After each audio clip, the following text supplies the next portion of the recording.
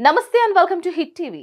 రేవంత్ ప్రభుత్వం కొత్త అప్పులకు పూనుకుంది. గతంలో తీసుకున్న అప్పులపై చెల్లించాల్సిన అసలు వడ్డీలకు కిస్తీల ఆర్థిక భారం పెరుగుతూ ఉండడంతో వచ్చే ఏడాది తీసుకోవాల్సిన రుణాల మొత్తాన్ని కూడా పెంచుతున్నట్లు ప్రభుత్వం బడ్జెట్లో తెలిపింది.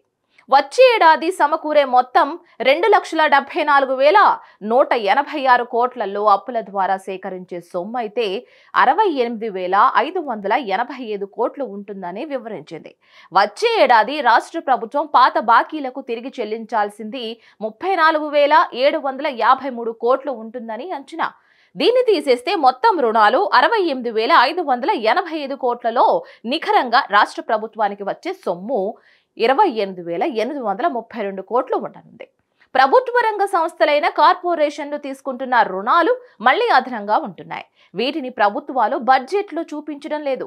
ఇప్పటికీ రాష్ట్రానికి అప్పులు పెరిగిపోయాయని అందరూ అంటుంటే పాత బాకీలకు తిరిగి చెల్లించాల్సిన సొమ్ము పెరుగుతుంది. దానివల్ల కొత్తగా తీసుకునే రుణాల పరిమితిని కూడా కేంద్రం పెంచుతుందని రాష్ట్ర ప్రభుత్వం భావిస్తోంది. అందుకే 68,585 కోట్ల అప్పుల ద్వారా సేకరించాలని టార్గెట్ పెట్టుకుంటున్నట్లు తెలిపింది.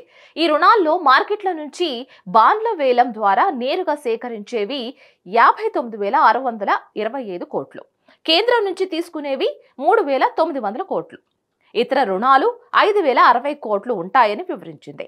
కేంద్రం నుంచి తీసుకునే రుణాలు 4,102 కోట్లు ఉంటాయని గత బడ్జెట్లోనూ అంచనా వేశారు. కానీ సవరించిన లెక్కల ప్రకారం ఈ ఏడాది 1,500 కోట్లు వచ్చినట్లు రాష్ట్ర ప్రభుత్వం తెలిపింది. ఇక మార్కెట్ల నుంచి నేరుగా సేకరించిన రుణాలు గతేడాది 40,150 కోట్లు ఉంటే వచ్చే ఏడాది 59,625 కోట్లు తీసుకోవాలని ప్రభుత్వం టార్గెట్ గా పెట్టుకుంది. సో దీనిపై మరిన్ని అప్డేట్స్ కోసం కీప్ వాచింగ్ హిట్ టీవీ.